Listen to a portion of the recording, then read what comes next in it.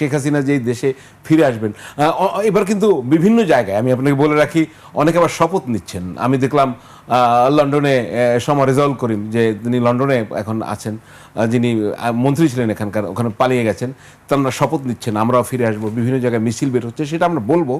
কিন্তু আমাদের দেশের দুজন মন্ত্রী, একজন উপদেষ্টা আর একজন মন্ত্রী রিয়াকশন দিয়েছেন। যেমন ডক্টর জাহেদুর রহমান বলেছেন শেখ হাসিনা দেশে ফিরলে তার প্রতি এক্সট্রা জুডিশিয়াল কিছু করা হবে না।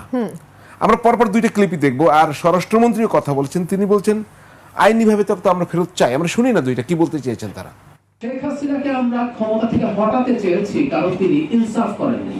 একটু মনে খেয়াল করবো আমরা, পরবর্তী যে বাংলাদেশ তৈরি হয়েছে তার প্রধান উদ্দেশ্য হচ্ছে ইনসাফ থাকবে, আমাদের শত্রুর প্রতি ইনসাফ থাকবে, শেখ হাসিনার প্রতি আমাদের ইনসাফ থাকবে। শেখ হাসিনা যদি আসে বাংলাদেশে ফেরত, তাকে কোনো এক্সট্রা জুডিশিয়াল কিছু আমরা আসলে করবো না।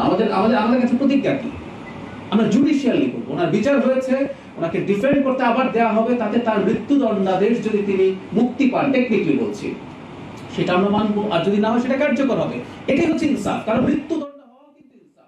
আমরা তো তাকে ফেরত চাই, আইনিভাবে চাই। পররাষ্ট্র মন্ত্রণালয়ের মাধ্যমে আমরা অনুরোধ করেছি, এক্সট্রাডিশন চুক্তি অনুসারে অনুরোধ করেছি, আমরা শেখ হাসিনাকে ফেরত চাই এবং আমরা চাই তিনি মামলা ফেস করুন।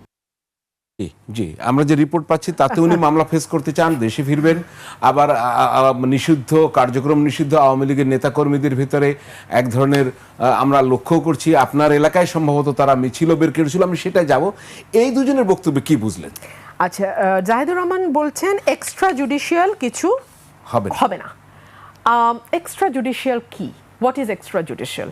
এক্সট্রা জুডিশিয়াল বলতে আমরা বুঝি বিচার বহির্ভূত হত্যা, আমরা বুঝি গুম, আমরা বুঝি হেফাজতে নিয়ে নানান রকম নির্যাতন। উনি আসলে কি বোঝাতে চেয়েছেন?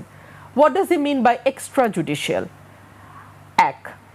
দুই হচ্ছে শেখ হাসিনার ট্রায়াল শেষ হয়েছে, মৃত্যুদণ্ড দেয়া হয়েছে, আপিলের সময় শেষ হয়েছে, তাহলে এখন ওনার জুডিশিয়াল জায়গাটা কোথায় আছে? অ্যাপিলের ডিভিশন? ওনাকে তো ফিরে যদি উনি আসেন, আমি একদম আইনের ছাত্রী হিসেবে এটুকু বলতে পারি, আসার সাথে সাথে ওনাকে কারাগারে যেতে হবে। সেই কারাগার কি প্রস্তুত হয়েছে? আচ্ছা, আইনিভাবে ফেরত চায় বলছে স্বরাষ্ট্রমন্ত্রী।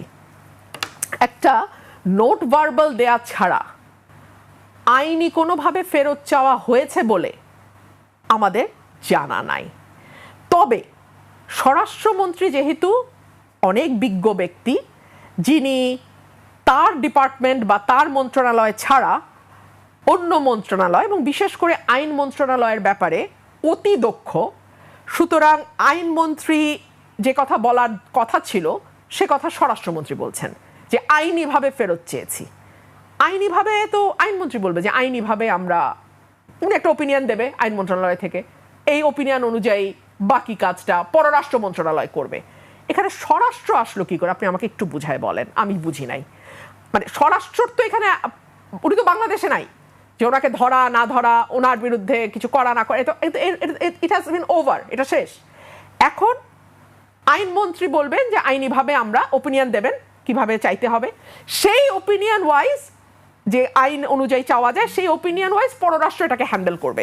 যাই হোক, এখন এটা তো মানে আমি যেটা বোঝার চেষ্টা করছি, মানে এটা কি আলোচনা হচ্ছে কেন? আপনি শোনেন, ভয়ে ভয়ে ধরেন শেখ হাসিনা সত্যি সত্যি ফিরল, কথার কথা, সবচেয়ে বেশি বেকায়দায় কে পড়বে আমারে বলেন? পড়বে এই সরকার। তারা না পারবে এক্সিকিউট করতে ফাঁসি, তখন চারপাশে চিৎকার উঠবে এক দলের যে রায় কার্যকর করা হোক। আর রায় কার্যকরের ন্যূনতম আভাস পেলে আরেক দল যে কিভাবে মাঠে নামবে, এইটা কি এই সরকার বোঝে না? এই সরকার স্টানবাজি করে, এই সরকার বালখিল্যতা করে, এই সরকার চটুল ব্যাপারে মানুষের সদয় দৃষ্টি আকর্ষণ করার চেষ্টা করে, কিন্তু একেবারে এত বোকা তো না যে এই সরকার এটা বুঝে না। তো শেখ হাসিনা যদি বাংলাদেশে এই মুহূর্তে আসে, বা এই বছর, এই মুহূর্ত মানে এই বছর, আমি দুঃখিত, এই বছরের মধ্যে ফেরে বা যখনই ফিরুক, বিএনপি যদি ক্ষমতায় থাকে, তার চেয়ে বেশি বিপদে আর কেউ পড়বে না, স্বয়ং আওয়ামী লীগও পড়বে না। শীর্ষ নেতৃত্ব থেকেও তো বলা হচ্ছে যে একটি দল তলে তলে যোগাযোগ করে, মানে হ্যাঁ, আপনি যখন আমি এটা আজকে শুনলাম 86 এবং 96 এর উদাহরণ টানা হয়েছে, সুস্পষ্ট যে জামাতের সাথে আওয়ামী লীগের একটা আতাত বা এক ধরনের সম্পর্কের ইঙ্গিত করা হচ্ছে। বাংলাদেশে এটাও একটা নতুন ব্যাপার, আজকাল না ভাসুরের নাম কেউ মুখে নেয় না। মানে জামাতের আমিরও অনেক বদনাম করবে বিএনপির, কিন্তু বিএনপি শব্দটা উনি কিছুতেই বলবে না। আবার একইভাবে বিএনপিও কিন্তু জামাতকে আর এই ইশারায় অনেক কথা বলবে, মানে অনেকটা কি বলবো বলেন, ভাসুরের নাম মুখে নেওয়া যায় না। আর প্রেম হলে টিনেজে যখন একজন আরেকজনের সঙ্গে দেখা হয় নানান রকম আড়ে ইশারা ইঙ্গিতে কথা চলে। তো বিএনপি জামাতের সম্পর্কটা এখন অনেকটা ওই রকম আড়ে ইশারায়। আড়ে ইশারার দরকার নাই, যে কথা উনি বুঝাইতে চাইছেন সেটা হচ্ছে আওয়ামী লীগের সাথে জামাতের একটা ঐক্য হতে যাচ্ছে। হতেই পারে, মানে হলে তো খুব অবাক হওয়ারও কিছু নাই, হতেই পারে ঐক্য। রাজনীতিতে তো শেষ কথা বলে কিছু নাই।